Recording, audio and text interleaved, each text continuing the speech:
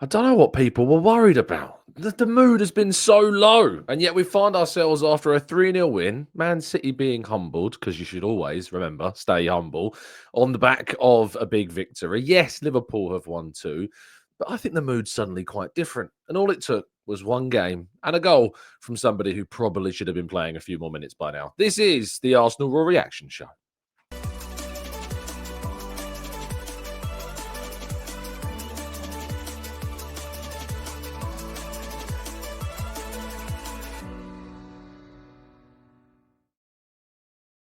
Hello and welcome to the Gooner Talk, back again with you guys and girls for another episode of what is our Raw Reaction Show. Joining you not the day after, I admit, I hold my hands up, I apologise. There was no show this morning, and trust me, that's good for you that there was no show this morning, because me doing a show in how I felt this morning would not have been a good thing for you to witness. So we are joining you on Monday morning. This is a pre-recording where I'm joined by a wonderful guest. Joining us from the Highbury Squad is Sophie. How you doing, Sophie? Good, you well?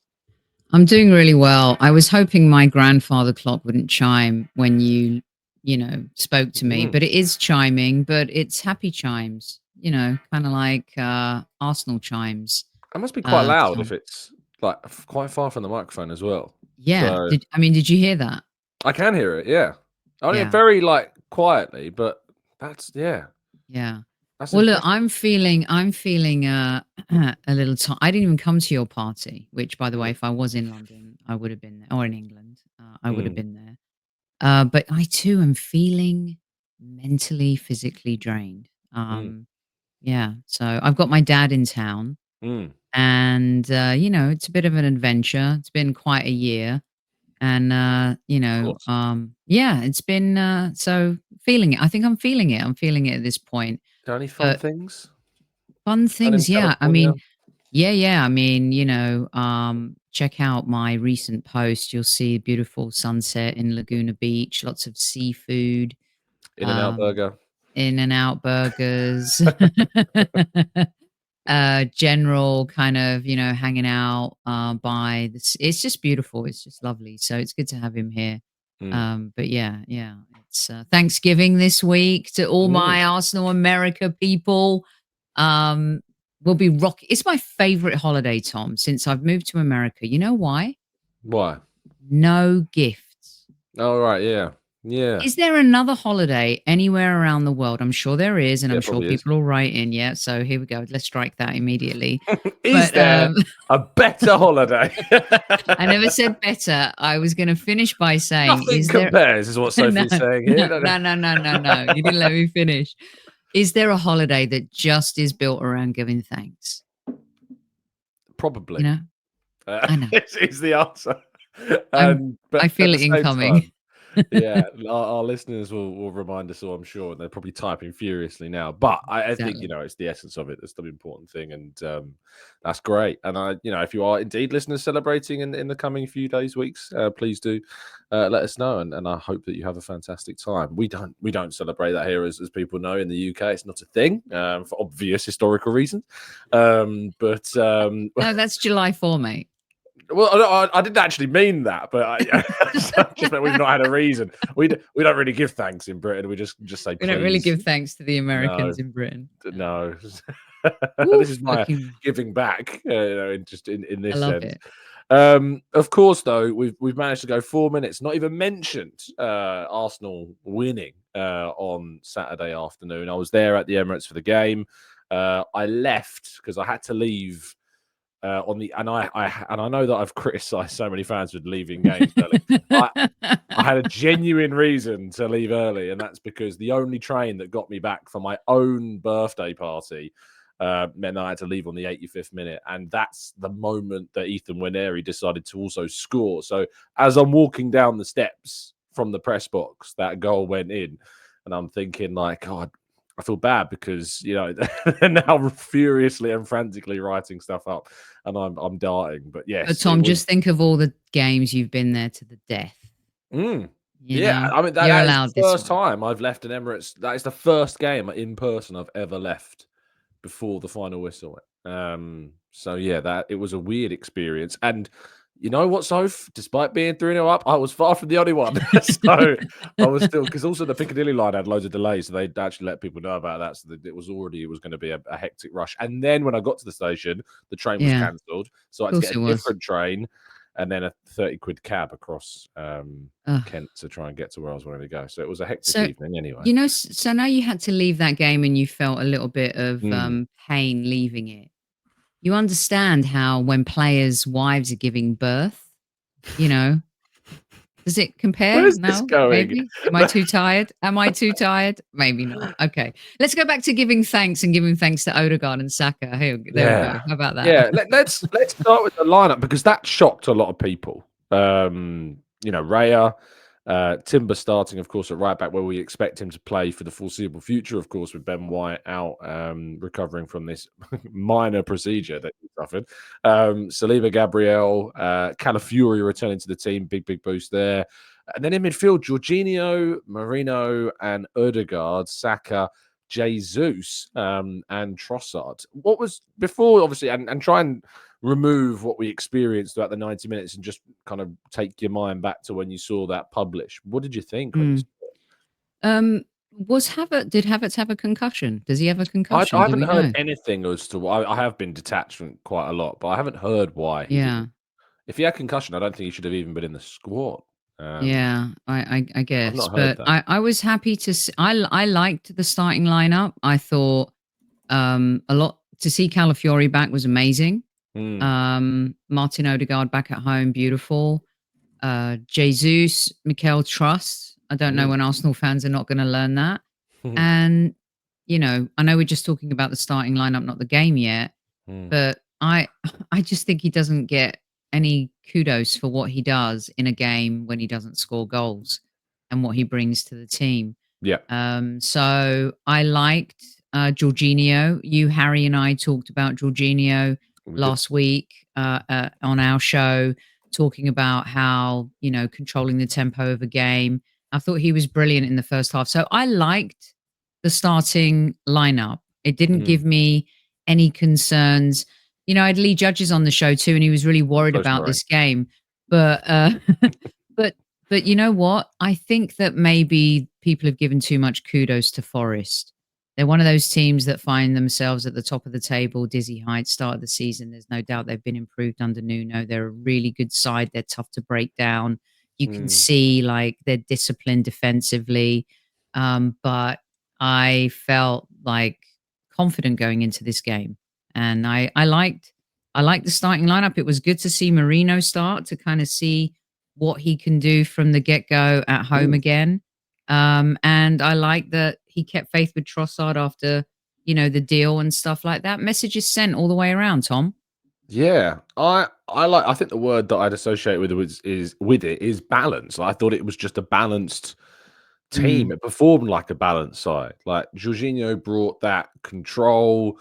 Marino and Odegaard dovetailed very nicely. Trossard had one of his much better games, I thought, as mhm, well. He was very energetic in his play. His coverage of the ground was excellent. His link up was good, and Jesus offers different qualities to Havertz. Havertz is a collaborator, yes, but Jesus is a lot more technically gifted and can spin a player and dart into little open spaces that Havertz isn't doing. He's doing different roles. And I thought that helped us to kind of find our footing in dominance because Forest have been a team that have, hurt a lot of sides this season. They've gone to Anfield and won this season mm. and have found themselves in something of a chase for European places to a degree, although their form's dipped in the last couple of games with 2 defeats back to back. But I still think that what we saw, I think Arteta maybe took a little bit of a risk with the lineup with Sporting on Tuesday, whether or not it was because of Sporting being such a tricky fixture that there's already seen Man City fall in Lisbon this season as well, that he decided to rotate some players, give Martinelli, Havertz, and Declan Rice and Partey rests for this one. But yeah, I thought overall it was, particularly in the first half, a really dominant and exciting performance from the Mm. players. It was Saka that gave us the lead. Classic Saka goal from the right to the left, through to the middle, smashed into the top right hand corner, back to his best. Tom, I thought this was one of Saka's best ever goals for Arsenal. Mm, There was, you wanted him to pull the trigger once, pull the trigger twice, Yeah. maybe pull it a third time, Mm. but never doubt the belief that this young player has. It was just so tenacious, everything about it, and of course the build-up play was just beautiful. I thought we were very, it's funny. Tomorrow's show I've kind of called Tiki Taka Toe, Okay. and because I felt that there was a lot of that old school, maybe 22, 23, 20, season prior Arsenal, short passes, belief in tight spaces, knowing you'll find the guy, making the room for the player, never giving up on the ball, um, off the ball movement, and that goal from Saka. It kind of all started with the pass and then the movement around him, but then his own movement and the way he believed in finding the space to get that shot off. I thought it was one of his best goals yet, Tom. Mm. Yeah, no, I think you're absolutely right. He's obviously had some struggles this season, and I think that's in part to do with fitness, of course, and working his way back. And I loved Arteta's response to the question after the game about Mhm. the accusations of not the injury not being so serious. It's So dumb. players suffer problems. He came off against Chelsea. He didn't want to have to come off against Chelsea, but he did. And I think he just continues to answer any critics that. I mean, I don't really know who can even be a critic of Saka at this point. I Like, mean, Tom, this whole Madueke thing that we've heard all week, mm, mm, I love. You know what? Saka is not subliminally. What's the word? My old school teacher here. mm. He Subtly, I subtly responds in very effective ways. yeah. There's no doubt he hears that stuff. And people talking about a player who's played 2 seconds against weakened teams. Mm, Meanwhile, Saka's carried England pretty much yeah. single-handedly for 3 Mm, seasons. mm, And then he's got to hear the Cole Palmer thing, and then he's got to yeah. hear all this and all that. And all he does, Tom, is grind and play and perform and show up. And Mm, I thought his celebration a little bit at the end was a little bit of a F you in a very Saka child of God kind of way. mm. Yeah, I think that he obviously does some of these celebrations where he kind of does these like he shushes and kind of holds Mhm. his hand to his ear and stuff because I think there's a lot of stuff that Saka's gone through a hell of a lot in a short space of time for such a young guy. People forget how young he still is and things he's experienced at such an incredibly young age. There's Mm. obviously always going to be a racial edge to a lot of it as well, and that stems from what happened in the European final as well and the coverage that he gets. And frankly, like his face being put on the cover of plenty of negative headlines, unnecessarily so, sees it often happen as well. And I think that I think Arsenal do a pretty good job at protecting him and kind of keeping the focus not away from him, but the focus when it's on him is being overwhelmingly supportive, not overwhelmingly toxically positive, but supportive of what Saka is to this team, but also I think there are what's good about Saka's position is that he's not the only big player in this Arsenal team. It's not like when we had Alexis or Özil who stood out beyond the rest by a country mile. Saka is supported by other big figureheads in this team, Mm. like our captain, who we'll come on to in a second, like Declan Rice, of course, now who's become a huge part, like Saliba and Gabriel, even David Raya in goal. I think Timber's going to grow into that kind of profile as well. I think Calafiori's got the personality to become a really big player and profile with this team. Marino potentially as well, with his experience, and we see where he grows. And Havertz, I think, Havertz has taken untold amount of stick since his arrival and come through that. So there's a lot of Mm. adversity that this team has gone through and come through. I think Saka can kind of lean into with some of his Well, teammates. he's learned, Tom. He Mm, carried the team himself. I mean, he and Emil Smith Rowe were one of the biggest reasons why we all kind of fell back in mm, love with our club again. And now, thank goodness, he has a supporting cast to be able to do that. There was a while where when Fabregas kind of took the piece, you felt like, what's the support around him? When Jack Wilshere got his time, what's the support around him? And so, with Saka, he didn't have that early on, but Mikel has kind of built his team now where Saka doesn't have to be the superstar every single week. So, yeah, the supporting cast is great now, but let's not forget how he carried Arsenal on his own shoulders at an even younger age for a couple of seasons. I think that Saka's missed Odegaard incredibly. I think obviously teams Mm. have been able to double up, treble up on sometimes on Saka, and when Odegaard's there, teams aren't able to do that as easily because you don't need to just put two players on Saka. You need to put two players on Odegaard as well. And so when both of them are in the side, and I think even with Timber to combine as well on that right hand side, albeit White previously, it opens up spaces, it opens up gaps. And I think those two were excellent in how they kind of broke down that right hand side. But we still use the left hand side channels as well. You know, we still really dominated those areas and didn't really give Nottingham Forest any opportunity to escape.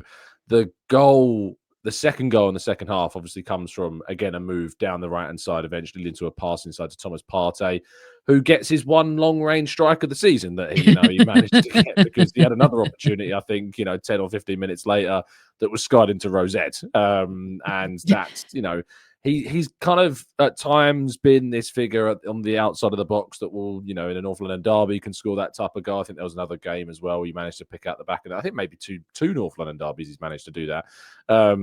He hit that post, didn't he, at Tottenham? Yes, of course. Yeah, and he had one that was it a half volley that he struck. Oh, That, yeah, it was ridiculous. ridiculous speed on the strike. But the thing is, like, those types of goals, and it was a really important goal because it took the pressure off Arsenal, because we desperately needed that second, because we Mm. were so dominant in the first half, but we should have been 2-3 clear.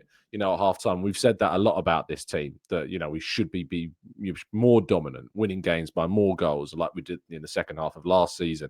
So when that goal went in, it was almost as if kind of even in other games this season, there's been nervousness to Arsenal. Like, there was a character trait about Arsenal last season that I went into every Arsenal game confident that we could win. And in the Mm. last few weeks, that characteristic has gone. I went into this game against Forest really nervous because obviously the games we've had, the Chelsea game, I would usually be going into with an incredible amount of confidence that I didn't have this time around. So I think that, is it true to say, Sophie, that when that second goal went in and the performance that we saw them from that point, seeing out the game, yes, a little bit, more absorbing pressure because we knew that we had that 2-goal cushion, Mm. but do you feel as though the confidence was again kind of bleeding back into the team? It's a great point, because there were two things I wanted to make sure happened this weekend. I was less on, I don't have to see a complete performance or the Mm, stellar, like, 5-star performance. I want a result, but I also want to see the old school last 2 season Arsenal confidence back. And you hit the nail on the head. It really felt like in this match, we were untroubled and unburdened by going 2-0 up and playing a little bit more defensively, being smarter with the ball, taking our chances when they came, versus under the cosh. Oh my God, what's going to happen? And it felt to me like I said, when we last spoke too, it feels like that swagger went, that confidence. I believed in the team last year because I felt like they believed, and mm, this season it doesn't feel like they've believed at all.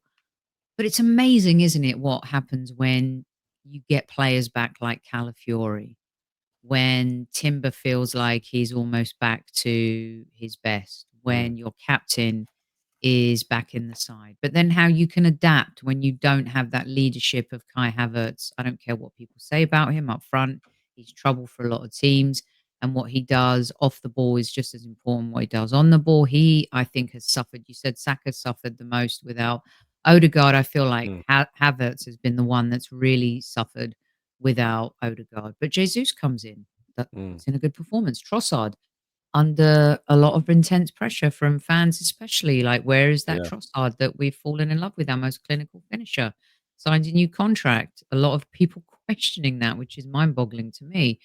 But then also Saliba and Gabriel felt more complete today. And then the subs. I mean, it all felt like last season Arsenal. And I think it's funny, isn't it? I've asked for a lot of patience to see what happens, because we were kind of in the same place this time last year. The points difference is the difference.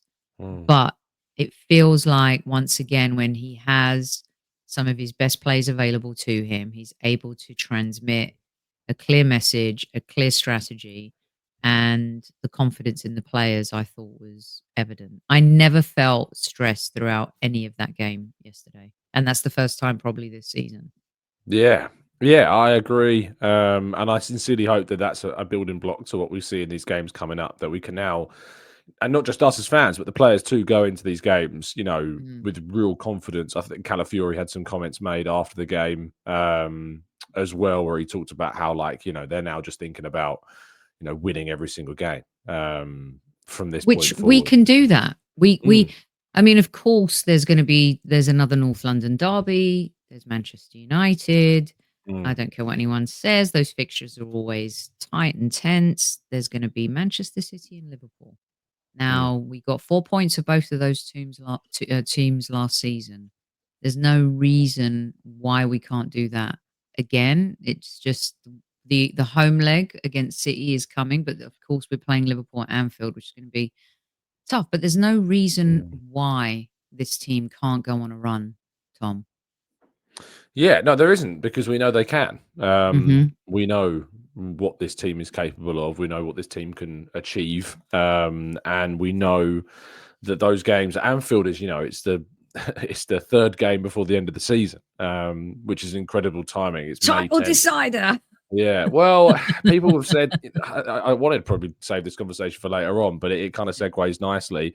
We'll talk about Nwaneri in a second. Don't worry, listeners. We'll get to him, but the Man City defeat, and obviously, yes, Liverpool won, but again, it was another narrow victory. And Liverpool had a lot of those games this season, a lot of Mm. 2-1s, 1-0s, 3-2s, narrowly getting those wins. They keep doing it in unconvincing ways, but the fact of the matter is they keep doing it. But after we drew with Chelsea, it was billed as this game that Arsenal, if they didn't win, done. Title is over. Forget about it. And I even fell for it a little bit. I was certainly I was going into that game thinking, we got to win. We have to win here. But I was so encouraged by how we ended that game. I talked about it on your show. That Mm. last chance that we missed, but the build up to that goal, that should have been goal, that Trossard sadly put wide, gave me real encouragement that was the Arsenal. And then I feel vindicated in some ways, because I felt like we saw that, against Nottingham Forest. A lot of those Mhm. movements, the little quick touch passing, and some dominant chances created that we should have even been more clinical with. But I saw your tweet, I think it was, in response to what I said about, people need to, you've got your receipts of those that have said the season's done. So talk to me about how you're feeling about the title race. So I've learned many lessons being a Hmm. podcaster, but also an Arsenal fan. And there were times where you used to kind of, we used to go back and forth in a Mm, really respectful way. And you could see things that I couldn't see at the time. And, I've held my hands up about all of that. I just never understand, Tom, why anyone would call a league title in November. I mm, just don't. And I know that history gives us data analytics that you can't dispute. It's there, it's fact, it's history, it's in the books. But we've also seen teams, including Liverpool, including us, Manchester United in the past, Manchester City to Liverpool. It mm. just things can happen in football. Now, Manchester City have gone on this. If and I tell you, I don't know what the bookies' odds were for them to go. Five What do you games. think? What do you think that was like? 100,000 to one or something? I don't know Maybe. that much. I think it might have been something silly like 100-1, maybe, that they would have lost 5 in a row. But yeah. I mean, who would have predicted that, right? Mm, So to say that Liverpool won't have adversity or a blip, the thing for me is that I used last season as my barometer. And despite the points difference with Liverpool right now, I believe that when Mikel Arteta has all of his players available to him, they they still have that belief, the talent, and on paper, we can beat anyone, right? mm, And after you've gone through what we've gone through 2 seasons, that 3rd season, even though David Hillier said that's gonna be a tough one for us, I actually think also there's part of Mikel Arteta that can twist that tail mm, and make them think that actually, this is the time. We had to go through that adversity. We had to lose. We had to suffer. We had to feel the pain. He'll sell them the pain to get the solution. Is Tony Robbins-esque 101. Sell the pain, provide the solution. And I think that he still has the ability to transmit that voice to this team for one more season with these players. And Yeah. so I just don't think that you call a title now. City, I know that they're absolute garbage right now, which is beyond glorious. But we all know they could win. Beware the wounded animal, Liverpool, when they come to you next week. I don't care what anyone says, don't write them off. They can go and win every single game and lose one to us at the Emirates this season. It's not over, Tom. And in sports now, where there's so much at stake, so much football is being played, there's another international break sandwiched in between. We don't know about player fitness. The January transfer window can also open up a whole different element. I just think that there's still everything to fight for. And, you know, when you look back and people will be like, oh, point at the Emirates, that point against Liverpool. Yes. But the key for us is going to be don't screw up against Fulham. Don't screw up against West Ham. Again. Don't screw up against, yeah, exactly. That's going to be the key. No, I think you're absolutely right. You know, yes, we could have got points in those games. Yes, we could have got more. But last year wasn't like we didn't lose the league because we didn't win at the Etihad when we drew 0-0. No. It wasn't because we drew 2-2 at Anfield. We didn't win the league because we lost at home to Villa. We didn't win the league because we lost at Fulham. You know, we didn't win the league because we lost at home to West Ham. That's why we didn't win the league last season.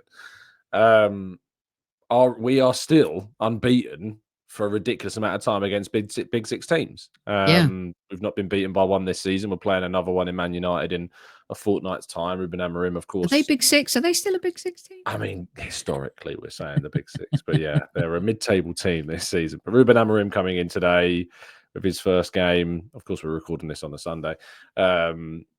And like, yeah, there's things that are going to gradually improve. And, you know, Mikel Arteta drew his first game in charge of Arsenal away at Bournemouth. So it's not like we can draw too much from this draw with Ipswich. But if you're going to play a team with a new manager, it's probably best to play them earlier before the manager's got a chance to settle his ideas. So I think maybe that comes at a decent time for us to play United, especially at the Emirates in a couple of weeks' time. But yes, I think from a title perspective, to have said the season's done after the Chelsea game is just it's just the classic Arsenal meltdown thing. It's just the reaction. It's a reactive fan base that we have. Liverpool are not flawless. Manchester City are crumbling at the moment.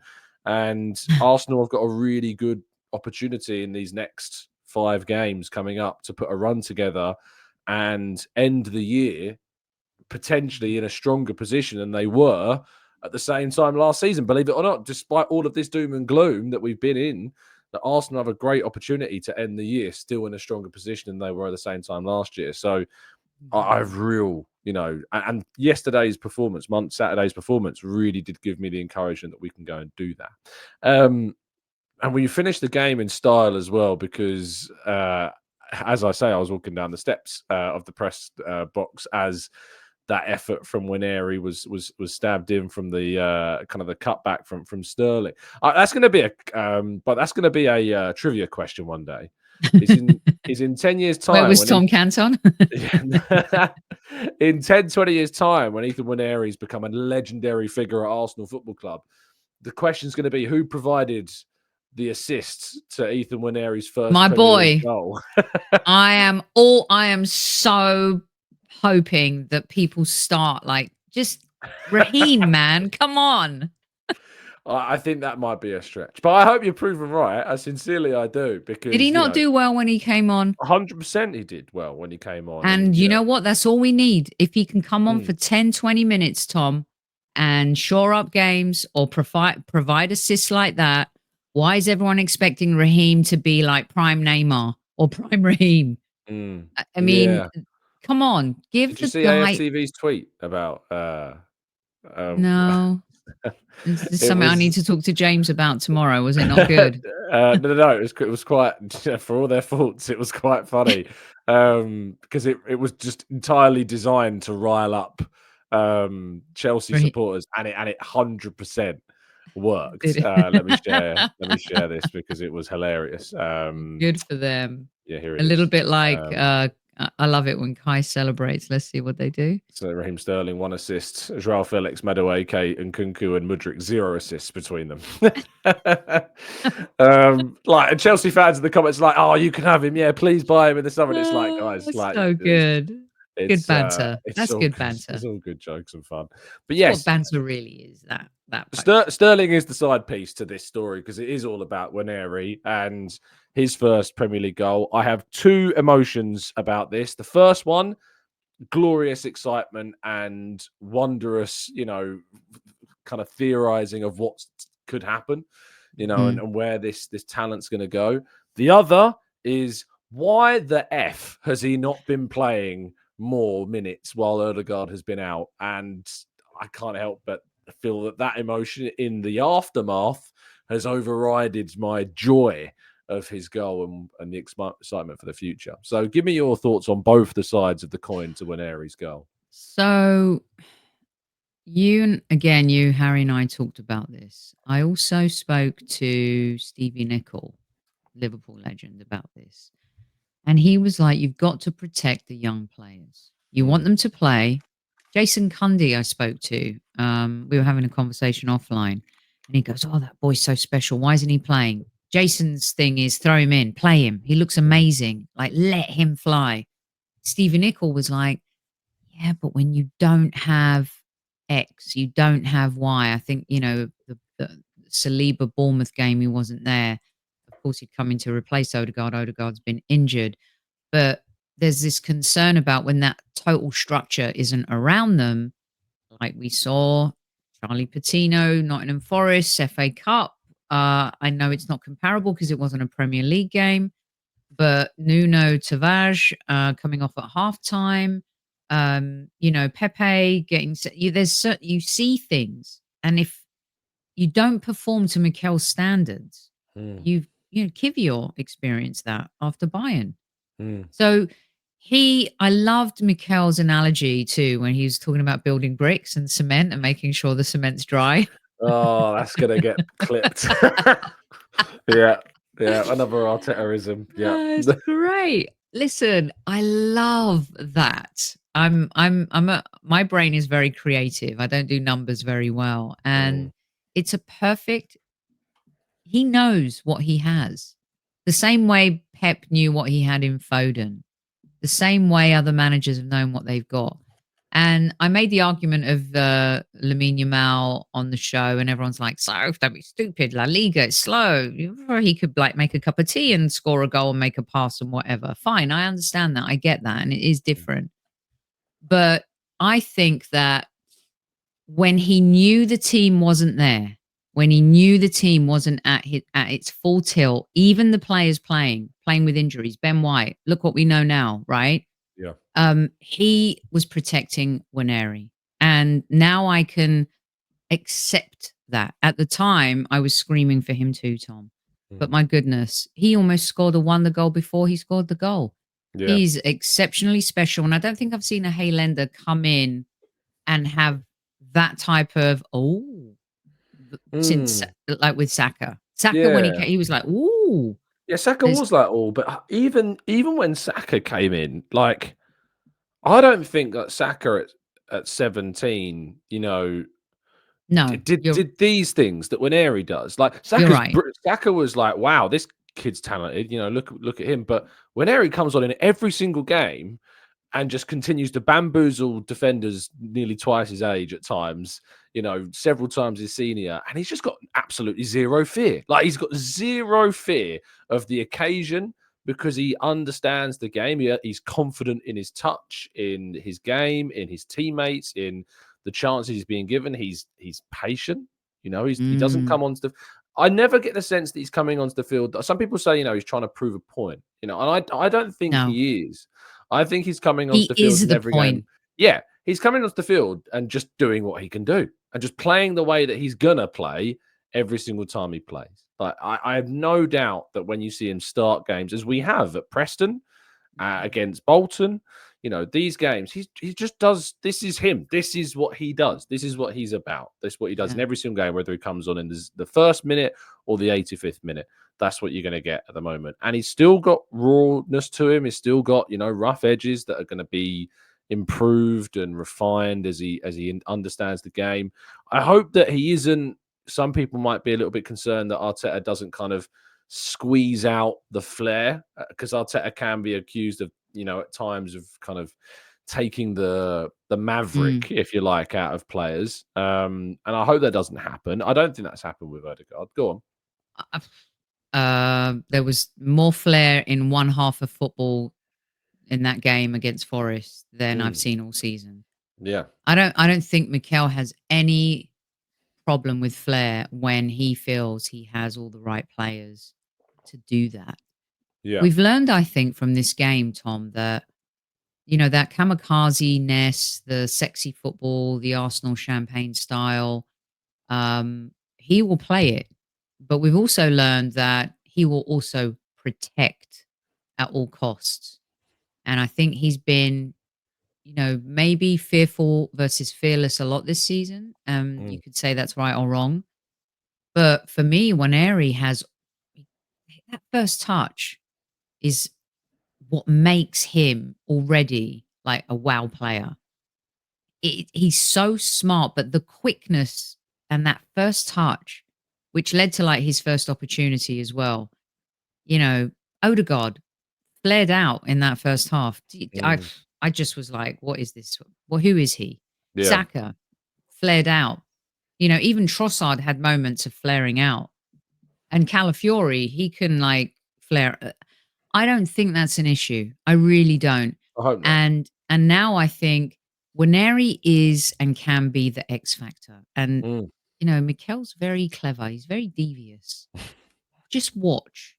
There's going to be a time where he will unleash him. And my God, we're so lucky. What a beautiful, joyous player to watch. I can't remember. I hear what you're saying about Saka. Not since Alexis Sanchez, Martin Odegaard gets you off your feet. Yeah. But he does things, he works in the shadows where then you kind of look at something and you go, wow, right? Oh, he's not like a beat two players banger. No. But Alexis Sanchez was a get you off your feet player. Yeah. I think Waneri's a get you off your feet player. Odegaard's an applause player. Like, very good. Charles was sitting by. Charles said to me at half time, there was a pass that was played by Odegaard. He was falling over, and with his right foot, he played this ball through to Saka on the right hand side. And I just sat there and just clapped. Golf clap. And Charles came up to me after. He was like, and I mentioned the pass. He was like, "Yeah, I know. I saw you applauding." Because I mean, sometimes there's nothing else to do but just clap. So yeah, Odegaard's a player that you just clap and appreciate. But yeah, Waneri, Saka, Alexis, these are players that you if you're sitting in the crowd as a fan and you're not having to be stapled to your chair in the press box, you definitely, you're getting off your seat, unless you've got a train to catch in the 85th minute. But how did you stay glued to your seat when Reece Nelson scored? I didn't. The laptop was in the air. There are some times where I break free, but yeah, it's rare, and it has to be a very big moment, just like that. Yeah. So yes, there are times it breaks, but I think that that I'm excited to see where it goes. I'm excited to see where his next minutes will come. I'll be interested to see how much, if any, he plays on Tuesday, because that is, of course, our next game, and we go into that with Declan Rice having not played any minutes, with Kai Havertz having not played any minutes, with Partey playing only a second half, with Saka coming off, with Odegaard coming off, and with them without Ruben Amorim, who has been obviously a really big part of their of their setup. Now, I should say that they did win their first game without him, I believe, 6-0 on Friday. It's the players. Well, it was in the cup against a side who I don't think are in the top tier, to be fair. But of course, that shows that they're still got some brilliant players in the team, and they are certainly not going to be a walk in the park for Arsenal. They've already beaten City this season. They're sitting very well in the Champions League scenario right now. In fact, I mean, they're top of the Portuguese league, of course, and they're top by 6 points right now, which isn't surprising at all. And they're second in the Champions League race. They've won 3, drawn 1, lost none. They've got an excellent record against us. They've knocked us out of the Europa League as well already, and got a good record in Lisbon. So how are you feeling going into this? Wow, all that history you just revealed. Yeah, no, I was trying to forget about the Europa League thing. They've got a very talented group of players, and those players are going to be wanting to prove that with or without him, they have what it takes to win. Your pal Victor, I'm sure, is relishing this match. Yeah. But I also think that our players will also be thinking, well, yeah, okay, Victor Gyökeres is a great player, but we're going to show you how. Do you know what, Tom? I'm so sorry, but I was trying to look up our record in Portugal in general, and I don't know if it's as good as some of our other travels across Europe. But look, I think that Partey's going to come back. Havertz will come back. He's really smartly. I gave Mikel a 10 out of 10 for the way he managed that game against Forest. I thought his starting 11 was great. I thought his subs were great. I thought the timing of his subs were great. For me, it was one of his best in-game management performances since he's become Arsenal manager. I really enjoyed watching him manage that game. So listen, it's going to be tough. They're going to score. They are a goal-scoring machine type team. But you know what? Our defense has needed to step up. And this is the time, this is the moment for them to really kind of get their groove going again.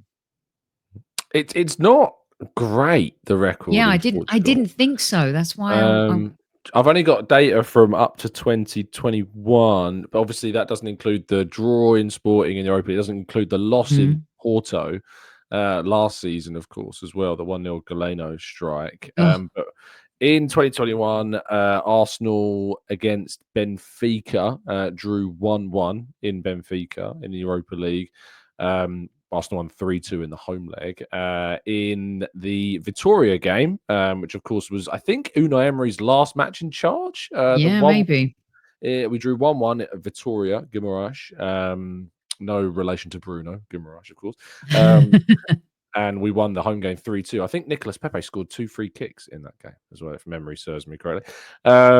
We beat Sporting in 2018 in Lisbon. And then we didn't play another game in Portugal prior to that for 8 years when we were beaten 2-0 by Braga in 2010 in the Champions League group stage. So, and there's been some games prior to that, of course. 2 back-to-back defeats to Porto in 2008 and 2010. But yeah, our record in Portugal is not great. Yeah, I didn't think so. That's why I kind of wanted to ask. But this is a time there's always a time to change that culture, right? And I think we've done quite well in the Champions League. Again, performances weren't as important to me because it was about results, considering what we were dealing with and stuff. But I think this game, based upon the fact that you've got a target man that maybe every Arsenal fan in the land wants to sign, I think fans will be looking for a performance in this one. That's 3 points, yes, but I think fans want a performance against this Sporting side. Yeah, we want to lock Gyökeres down and just quieten him the entire game, and you stop that by preventing the service to him. That's how you do it. And we need to be clinical. When we have our chances to score, we need to try and take them. And they are a side without their coach. And you can't underestimate that impact of losing, a coach has been there that's won titles with you, but you still can't underestimate also the quality that remains after they leave. And that is something that we're going to have to overcome. And Arteta's not got a lot of time to kind of see what the replacement and how they've played without him. But also, of course, you still need to take into account what they've done. And Arteta's been maybe too cautious at times going into particularly away European games. We've been very cautious. And I hope that we're not too cautious on tomorrow, because of course this is when it's going out on Monday. But yeah, I'm very curious to see how we approach the game and whether players like Havertz come back in and Rice comes back in, because when we win games, Arteta tends to kind of like lean on that loyalty to the players that got him the win. So I'm curious to see if after we've just battered, Nottingham Forest 3-0, if Yeah. indeed he does Re- switch those players in. Real quick, I wanted to ask you this real quick because Sporting, it's like Inter Milan, you're dealing with a defensive kind of whatever. Atalanta, you've got that front three, right? The kind of roasted and did great things in Europa League. Sporting, I think, I'm not going to say they're a more complete team than Inter because they're not, but they seem to have more. I don't know if they have more X factors, but they seem to just be able to manage the game, but also their creativity, I think, might have an edge on both of those teams. I don't know. And the one thing I wanted to ask you, because I know you're gonna wrap in a minute, is how many Arsenal fans are going to be saying now, oh, Marino, Odegaard, Jorginho is the midfield, or Marino, Declan Rice. We score 3 goals without Declan Rice. Have you been waiting for that moment yet? Because I've just been waiting for that moment to come. It's nice to have the depth. As you mentioned, me and Harry were asking about Jorginho and why he'd not got minutes and why he'd not played more, especially with Odegaard there. He's someone that produces a good pass, a progressive play, control. Yes, he's not the fastest in the world. I don't think he would have worked in the 4-4-2. That style we switched to, which just was maybe a necessary adaptation, but not one that suited us very well with the players we had. I think that I think that the best midfield that we have at the moment is still Partey, Rice, and Odegaard. I think Marino and Jorginho will bring their own challenge now to that, hopefully. I think Marino in particular is going to start as he gradually continues to improve, adapt, and game. I think it's shocking some of the views on Marino. People have really set their stall out early when they've learned nothing from the Kai Havertz situation at all from his first season at the club. They're just, as Arteta said on the All or Nothing documentary, both the English media and English fans in general, fans of English clubs, just love to just kill players as soon as feasibly possible, and to just undermine them and write them off. So, continue to write players like Marino off if you like. I quite enjoy seeing people proven wrong by our players' success. So I'm looking forward to seeing, hopefully, Marino doing that to plenty more people. But I'm feeling you might play him. Marino, maybe. Yeah. Maybe. With Declan having played so much football and coming back from the injury, I have a feeling in Portugal, he may play him. It might suit our style for what we want to do out there, but we'll see. I thought he was really good at the weekend. Really good. So did I. Technically, I thought he impressed, just like the control of the ball, taking it away from the Forest players. And he's a tall guy, so you don't tend to associate that kind of quickness of thought and the spinning and things like that, with those taller players. But he's got that ability, and he now needs to kind of stamp his personality, I think, on performances. For me, I don't think we've necessarily talked about him enough, but I think you mentioned him earlier, but Calafiori being back as well, I think is massive. He's just so confident. And he gets it. I think he gets the Arteta style, and I think Arteta absolutely adores Calafiori actually, and like what he's bringing to the team. Totally, he adds a different edge to us, which is nice. Tom, it feels like he's been our player since the beginning. Declan Rice feels the same. There's certain players that have come in that feel that. I don't really remember Benjamin White playing for Brighton or Leeds. Who did Gabriel Magalhaes play for prior? Lille. Right. But do you know what I mean? Like, I love he's cocky, Aura. confident, but in a really likable way, not in an arrogant way. Well, I mean, if I look like that, I'd be even more arrogant than I already am. I'd love to see you with long hair, Tom. You wouldn't. It would not be pretty. No, it'd be terrible. Well, the size of my head, it would cover the full screen, I think, at times. But no, that brings us to a conclusion after it's been such a long time before we've been able to talk about a league win. More than a month we've had to wait for this. So, are you serious? Yes, it's been more than a month since we won a league game. Wow. Crazy. Yeah, it was That's Southampton crazy. at home was the last league win we had. And then we had an international break. And then we decided we weren't going to win any games in the league until the next international break was over. So that's what we've enjoyed. Sophie, thank you so much for your time. Thank you. Really appreciate it. Thank you so much. Please do tell people where they can find you.